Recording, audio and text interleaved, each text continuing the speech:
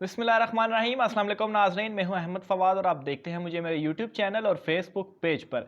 नाज़रीन, खोदा पहाड़, निकला चूहा और वो भी मरा हुआ, यही कुछ हुआ है आज। पिंडोरा जो पेपर्स लीक्स हुए हैं, लीक्स हो चुके हैं, बड़ा दावे किए जा रहे थे और मीडिया चैनल्स पर बहुत बड़े बड़े जो सहाफ़ी थे जो कि बैठे हुए थे और इंतज़ार कर रहे थे, बल्कि उनकी ये ख्वाहिश भी थी कि उसमें से कोई बड़े बड़े नाम निकल आए और वो बार बार इस चीज़ का बरमरा इजहार भी कर रहे थे कि कोई बड़ा नाम नहीं आया, और बड़ा नाम से मुराद उनका वज़ीर-ए-आज़म इमरान खान साहब थे, उनका नाम इसमें नहीं आया। बहरहाल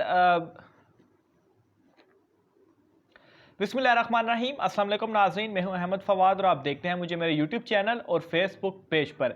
नाज़रीन, खोदा पहाड़ और निकला चूहा और वो भी मरा हुआ, यही कुछ हुआ है आज पिंडोरा पेपर्स के साथ। जो कुछ सोचा गया इन लीक्स को लेकर कि पता नहीं क्या हो जाएगा, पनामा से भी बड़ा ये लीक्स है, भूंचाल आ जाएगा पूरी दुनिया की सियासत में, पाकिस्तान में जो है वो पूरी सियासी जो इस वक्त पिक्चर है वो तब्दील हो जाएगी। बहरहाल ऐसा कुछ तो नहीं हुआ, लेकिन कुछ वुज़रा के इसमें नाम आए हैं और उन वुज़रा से इस्तीफ़ा लेने का फ़ैसला किया जा चुका है। वज़ीर-ए-आज़म इमरान खान साहब की जानिब से भी बड़ा ऐलान किया गया। इसके बाद असद उमर साहब जो हैं, उनकी जानिब से भी बाकायदा टीवी चैनल पर आकर इस हवाले से बात की गई। क्या मामला है, क्या फ़ैसला किया गया, कौन कौन वुज़रा इसमें शामिल हैं, इस हवाले से आपको तफ़सीलात से आगाह करूँगा।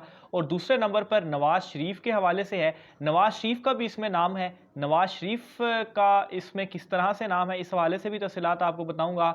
कैसे एक मरतबा फिर से वो फंस चुके हैं।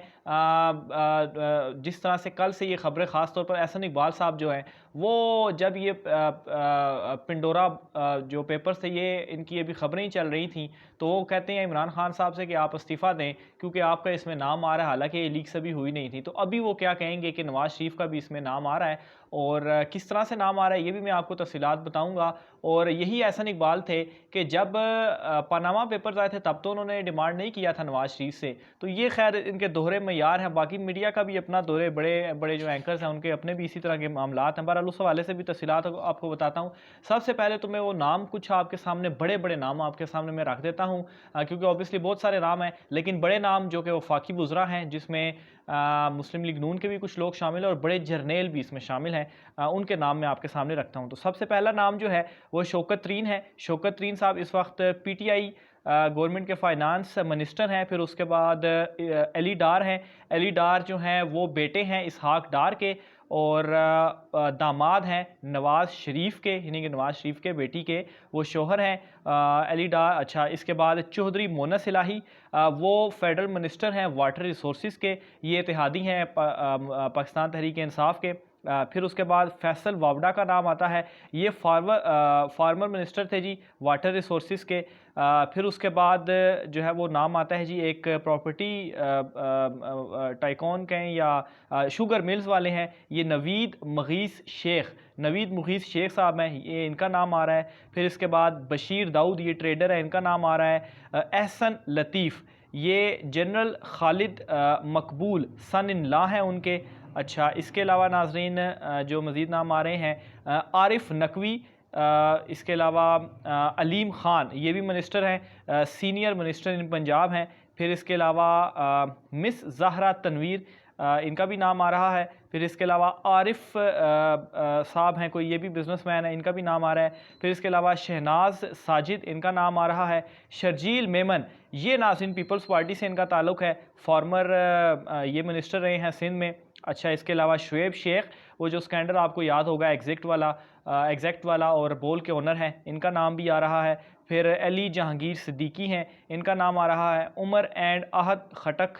अच्छा, फिर इसके अलावा Asif Hafeez, Adnan Afridi, Khusro Bakhtiar, federal minister for industries and production, इनका नाम आ रहा है। फिर इसके अलावा major general retired Nusrat Naeem, इनका नाम आ रहा है। अब्दुल्ला मसूद और हसन मुज़फ़्फ़र भी जनरल रिटायर्ड अफजल मुज़फ़्फ़र साहब के जो है वो साहबजादे हैं, इनका भी नाम जो है वो आ रहा है। बहरहाल 5 वुज़रा हैं जिनके नाम इसमें आ रहे हैं, और एक तो अली डार का नाम इसमें सामने आ रहा है जो कि साबिक़ वज़ीर के बेटे हैं, अली डार, और दूसरा जो है वो शर्जील मेमन जो कि वो भी मिनिस्टर हैं लेकिन पीपल्स पार्टी से वो हैं। तो सबसे पहले तो ये 5 मिनिस्टर्स के हवाले से जो फैसला हुआ है वो मैं आपको बता दूं।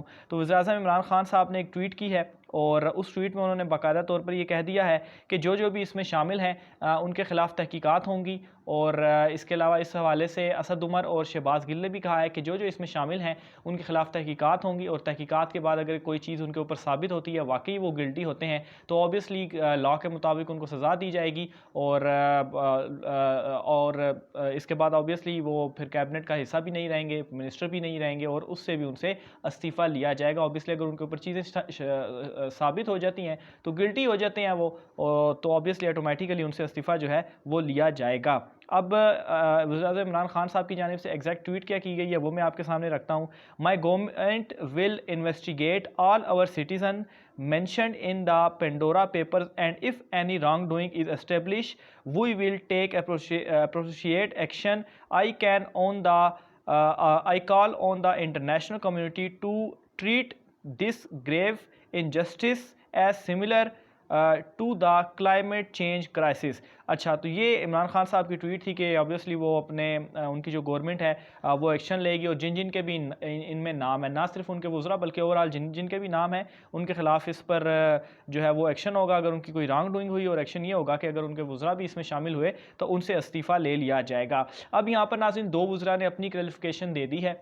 एक तो शौकत तरीन साहब हैं, उन्होंने कहा है कि उनकी जो कंपनीज़ हैं वो 2008 से रजिस्टर्ड हैं, ये जो ऑफशोर हैं, और उन्होंने डिक्लेयर की हुई हैं, तो इस वजह से वो गिल्टी नहीं है। जबकि अलीम ख़ान साहब जो हैं उनकी जानिब से भी ये कहा जा चुका है कि वो भी 15 साल से उनकी ये उन्होंने डिक्लेयर की हुई हैं, FBR में भी, इलेक्शन कमीशन में अपने असासों में डिक्लेयर की हुई हैं, तो इसलिए उनके ख़िलाफ़ भी कोई कार्रवाई नहीं हो सकती क्योंकि वो गिल्टी नहीं है, उन्होंने सब कुछ डिक्लेयर किया हुआ है। अब नाज़रीन ऑफशोर कंपनी के हवाले से मैं आपको बताऊँ तो ऑफशोर कंपनी होना से कोई कार्रवाई नहीं हो सकती। अगर ऑफशोर कंपनी आपने डिक्लेयर नहीं की हुई और वो जो थे गैर कानूनी असासों से आपने बनाई हुई है तो फिर आपके खिलाफ कार्रवाई हो सकती है। लेकिन अगर आपने वो डिक्लेयर की हुई है, बाकायदा बैंकिंग चैनल्स के थ्रू पैसा बाहर गया और फिर ऑफशोर कंपनी बनी, तो उस पर जो है वो कार्रवाई नहीं की जा सकती, और लाजमी ये है कि उसमें जो है वो आपने डिक्लेयर उसको किया होना चाहिए। बहरहाल दूसरी चीज़ के ऊपर मैं आता हूँ कि नवाज़ शरीफ का इसमें नाम किस तरह से और नवाज़ शरीफ इसमें किस तरह से फंसते हुए दिखाई दे रहे हैं। तो इस हवाले से नाज़रीन फवाद चौधरी साहब की एक ट्वीट है वो मैं आपके सामने रखूँगा। फवाद चौधरी साहब ने ये ट्वीट की है कि शर्जील मेमन और इसहाक डार के बेटे अली डार जो कि नवाज़ शरीफ के दामाद हैं, अली डार नवाज़ शरीफ के दामाद, और शर्जील मेमन जो हैं वो पीपल्स पार्टी से हैं। अच्छा, इनके हवाले से वो कहते हैं जी कि इनकी अपनी कोई हैसियत नहीं, ये नवाज़ शरीफ यानी कि अली डार जो है वो नवाज़ शरीफ और शर्जील मेमन जो हैं वो आसिफ जरदारी के पैसों के पहरेदार हैं। पेंडोरा लीक से नवाज जरदारी करप्शन के मज़ीद पर्त सामने आए हैं।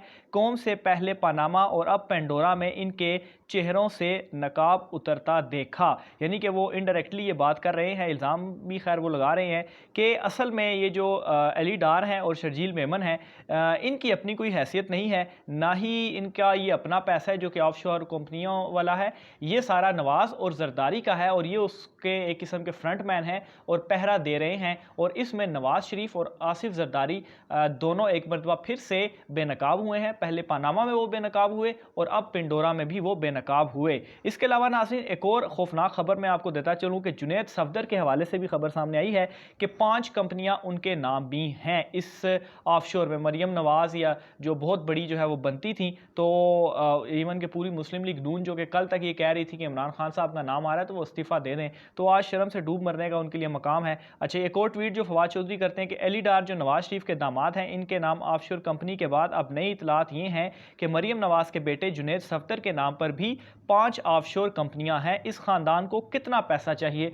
सवाल तो बिल्कुल वैलिड है कि कितना पैसा चाहिए भाई। पहले पनामा लीक्स में नवाज शरीफ क्या सारा वो पिंडोरा एक बना रहा, नाअहली हुई, सारा कुछ आपको सामने है उसकी डिटेल, और अब जुनैद सफदर का नाम सामने आ रहा है। और हैरान कुन तौर पर नाजरीन, बल्कि हैरान कुन तौर पर तो मैं नहीं कहूँगा, हैरान तो नहीं, इस ख़ानदान का खैर यही काम है। 5 कंपनी है जुनैद सफदर के नाम पर, वो भी ऑफशोर कंपनियाँ। तो कितना पैसा इनको चाहिए। मरियम नवाज़ के बेटे का भी इसमें अब नाम जो है वो आ रहा है। तो ये नाज़रीन इस तरह से नवाज़ शरीफ और आसिफ जरदारी का एक जो चेहरा था, एक और जो नकाब था उनके चेहरे से, वो उतर गया है। आखिर में नाज़रीन ये जो पूरा पेंडोरा पेपर्स है, इसकी कुछ मैं आपको टॉप 10 कंट्रीज़ के हवाले से मैं आपको डिटेल्स बता दूं कि ये जो पेपर्स हैं सबसे ज़्यादा लीक्स किन ममालिक में हुई। तो सबसे ज़्यादा ये रशिया में रही हैं। रशिया में ये 4437 नहीं है।